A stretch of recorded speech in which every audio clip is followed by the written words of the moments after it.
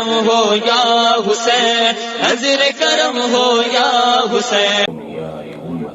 وشهداء محبته أجمعين. أما بعد، فأعوذ بالله من الشيطان الرجيم. بسم الله الرحمن الرحيم. إن الله وملائكته يصلون على النبي يا أيها الذين آمنوا صلوا عليه وسلموا تسليما. محمد بارك وسلم صلى الله عليه وسلم. صلى الله على النبي الأمي وآله صلى الله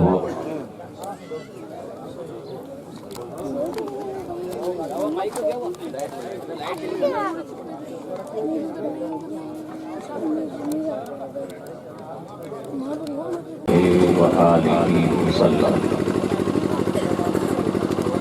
لي خمسة أطفي بها حر الوباء الحاطمة، المصطفى والمرتضى وغناهما والفاطمة.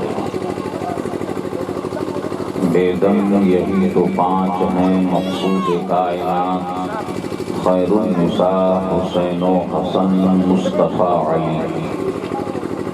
شاہ مردان شیر یزداں قوت پروردگار، لا فتح الا علی لا سیف الا ذوالفقار. محترم سامعین و ناظرین،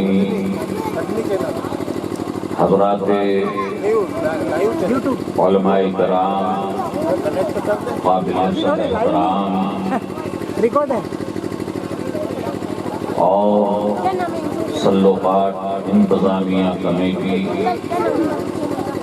بالخصوص فضل بھائی، حاجی ابرار صاحب، حاجی ماسٹر نواب صاحب و دیگر ممبران حضرات،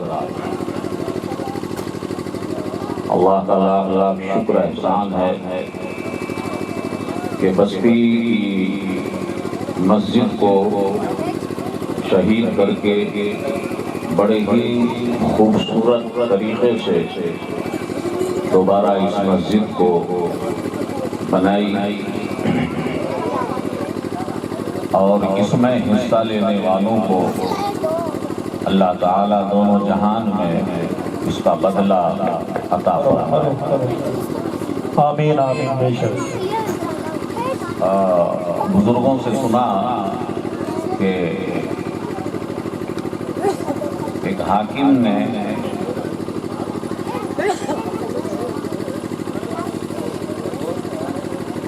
اپنے پیر سے یہ سوال کیا کہ حضور مجھے کوئی حکم فرمائے،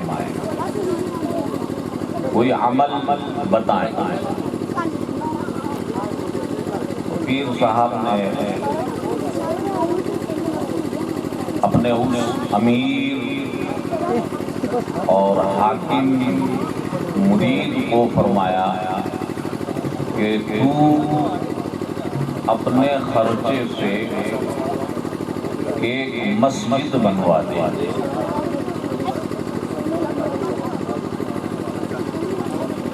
کہ حضور بدلے میں مجھے کیا ملے گا؟ تو پیر صاحب نے کہا کہ اس کے بدلے میں اللہ تعالیٰ تجھے جنت میں عالی شان محل عطا فرمائے گا. جی جی بے شک. تو اس نے مسجد کا کام شروع کر دیا اور جب مسجد بن گئی تو اس نے پیر صاحب کو بلایا، دکھایا، پھر اس نے خواب دیکھا کہ اللہ تعالیٰ نے اس کے بدلے میں جنت میں جو محل اس کو عطا کیا، اس محل کا اسے دیدار کرایا اور محل کے دروازے پر اس کا نام لکھا ہوا تھا. لیکن اسی محل کے پڑوس میں ایک چھوٹا سا محل تھا. اس چھوٹے سے محل کے دروازے پر ایک پانی بھرنے والے سقا بھشتی کا نام لکھا ہوا تھا. اس حاکم کو پریشانی ہوئی کہ میرے پڑوس میں یہ کون ہے؟ نہ کوئی میں نے چندہ کیا، نہ اس مسجد میں کسی کا حصہ ہے. پیر صاحب کو اس نے یہ سوال کیا کہ حضور ایک بھشتی فلاں نام کا یہ میرا پڑوسی کیسے بنا؟ تو پیر صاحب نے فرمایا کہ اس کو بلا کے لاؤ. اس بھشتی کو جب بلا کر سوال کیا، یہ بتاؤ یہ مسجد جب بن رہی تھی تو اس میں تمہارا کوئی یوگدان، کوئی حصہ تھا؟ کہ جی نہیں. کسی طرح سے تم اس مسجد کے بننے میں شریک ہوئے تھے؟ کہ جی مجھے معلوم نہیں، لیکن اتنا مجھے معلوم ہے کہ آپ کا مستری کڑیا مسجد کا کام کر رہا تھا، اس کے ہاتھ سے ہتھوڑی چھوٹ کر نیچے گر گئی. پانی بھر کے میں نیچے سے جا رہا تھا تو آپ کے مستری نے آواز دی کہ بھائی یہ ہتھوڑی اٹھا دینا. بس وہ ہتھوڑی اٹھا کر آپ کے مستری کو میں نے دیا تھا. اتنا تو مجھے یاد ہے، اس کے سوا اور کوئی یاد نہیں. پیر صاحب نے ارشاد فرمایا کہ دیکھ لیا تم نے، مستری کو زمین سے ہتھوڑی اٹھا کر دینے کے بدلے میں اللہ تعالیٰ نے جنت میں تیرے پڑوس کے اندر اس کو بھی چھوٹا سا محل عطا فرما دیا. حضرات گرامی، یہ اللہ کا گھر ہے، اور اللہ کا گھر آباد ہوتا ہے تو اس سے بستی آباد رہتی ہے. میں کمیٹی کو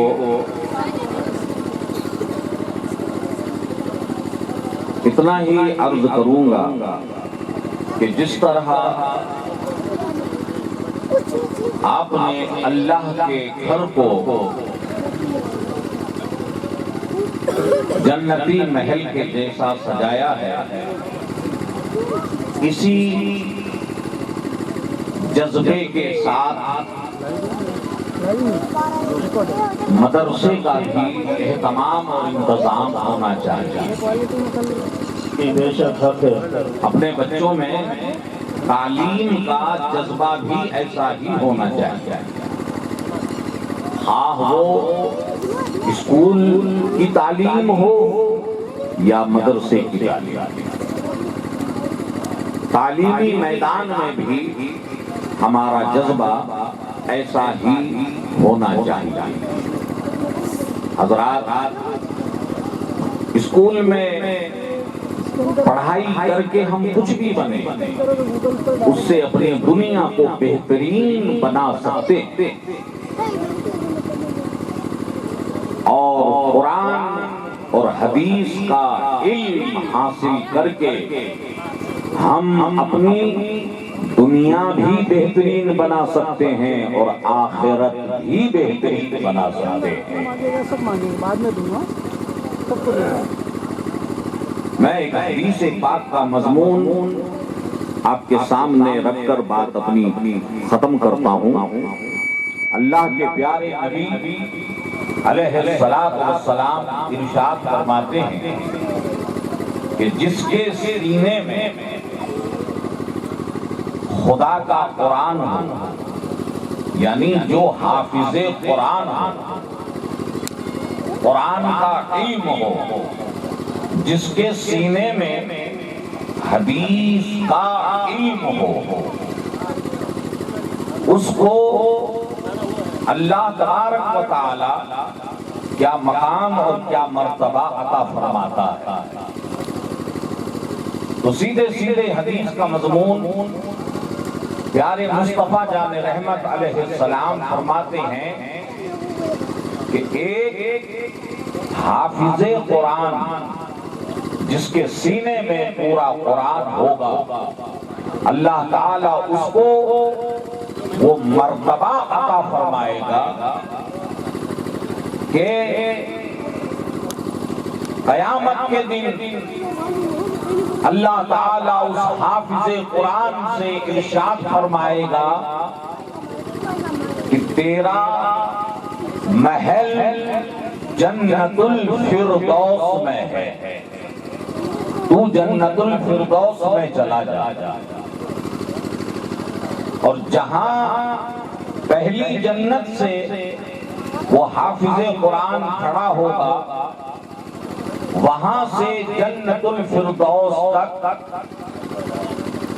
6666 فقط یہ ہوں گے جس کو پار کر کے وہ اپنے محل تک پہنچے گا۔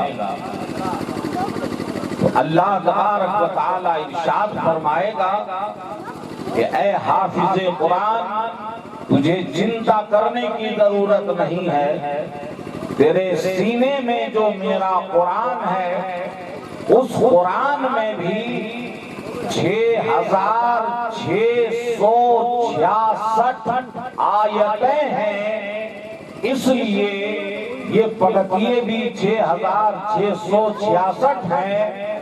ایک آیت پڑھتا جا، ایک پگتیا چڑھتا جا، اور جب قرآن پڑھتے پڑھتے وہ چڑھے گا تو من الجنت والناس پر پہنچتے ہی جنت الفردوس اس کے سامنے ہوگی، اور اس کو اللہ تعالیٰ وہ مقام عطا فرمائے گا کہ اپنے محل میں ہوگا، اور ہر جمعے کے دن اللہ تبارک و تعالیٰ اس کو اپنا دیدار عطا فرمائے گا، اور اللہ تعالیٰ اس حافظ قرآن سے ارشاد فرمائے گا کہ محل میں ایسے داخل ہو گیا کہ باہر نکلتا ہی نہیں، محل سے باہر نکل، بالکنی کی طرف جا، دائیں جانب جا، بائیں جانب جا، باہر کا بھی تھوڑا نظارہ کر،